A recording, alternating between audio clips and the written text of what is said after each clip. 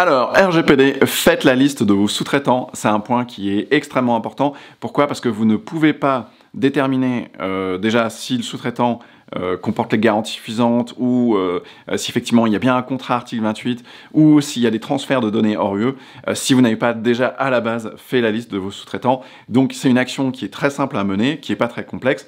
Donc vous partez de votre registre. Alors si vous n'avez pas fait votre registre, c'est vraiment pas bien, mais vous devez avoir un registre qui liste tous les traitements de données à caractère personnel. Et à partir de ce registre, vous devez arriver à lister globalement toutes les personnes qui vont intervenir dans le traitement des données à caractère personnel, à savoir notamment tous les sous-traitants.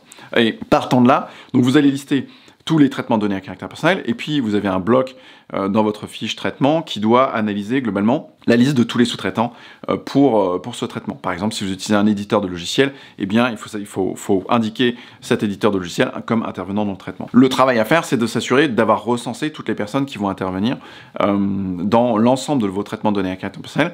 Pourquoi? Parce qu'il est important ensuite de procéder à tout un tas de vérifications spécifiques par rapport à chaque sous-traitant.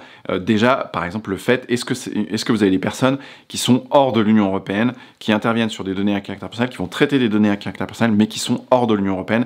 Ça, c'est extrêmement important, puisque ça va potentiellement, engager votre responsabilité. Pourquoi ça engage votre responsabilité? Parce qu'il y a un régime juridique qui est extrêmement contraignant, extrêmement spécifique sur tous les transferts de données hors de l'Union européenne. L'idée, c'est de s'assurer qu'effectivement, il y a un régime juridique qui soit strict et qui s'applique toujours sur la protection de ces données à caractère personnel et que voilà, les droits soient bien garantis. Voilà. Je ne vais pas rentrer dans le détail parce que c'est vraiment c'est un énorme bloc et c'est extrêmement complexe. Mais si vous n'avez déjà pas fait le recensement de toutes les personnes qui interviennent dans le traitement des données à caractère personnel, vous pouvez être sûr que vous allez passer sur où sont localisés vos DCP, vos données, où sont localisés les sous-traitants, etc. Et si vous ratez ça, vous allez rater tout un tas d'autres choses. Et donc voilà, donc c'est un truc à tiroir, mais en fait, il faut vraiment s'assurer que ce soit bien fait, parce que sinon, vous allez au-devant de gros problèmes pratiques, des problèmes de sécurité, des problèmes de non-conformité, vous ne serez pas conforme, et donc ça veut dire que ça va générer des amendes, etc. etc. Donc voilà, donc c'est une petpetite action simple, si vous ne l'avez pas déjà faite, assurez-vous de vous dépêcher de le faire. Là maintenant, vu que le RGPD est déjà en vigueur, c'est extrêmement important, c'est extrêmement urgent de mettre en place ce travail-là. Et si c'est pas clair pour vous, je vous invite à vraiment jeter un œil sur les formations que j'organise, qui sont des formations de 2 jours à Paris, dans lesquelles on voit tout le processus de conformité, comment déployer un process de conformité, comment s'assurer, voilà, étape par étape, avec toutes les checklists et les processus que je vous donne. C'est un peu plus de 15 ans d'expérience sur ce sujet-là.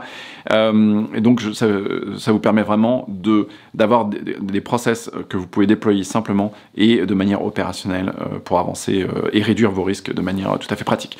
Donc voilà, si c'est pas clair, jetez un petit œil sur le lien, je mets un lien ci-dessous sur la formation. On est organisme de formation, donc ça vous permettra d'avoir ces 2 jours, et puis il y a tout un tas vous aurez droit en plus, vous avez en plus le service 1 an de questions-réponses, etc. Donc le produit est vraiment super, donc je vous invite à jeter un œil à ça. Et si vous n'êtes pas déjà abonné à la chaîne, profitez-en pour vous abonner, ça vous permettra d'avoir tout un tas d'informations gratuites sur la protection des données à caractère personnel et le respect du RGPD. Voilà, j'espère vous retrouver à bientôt. Ciao, ciao!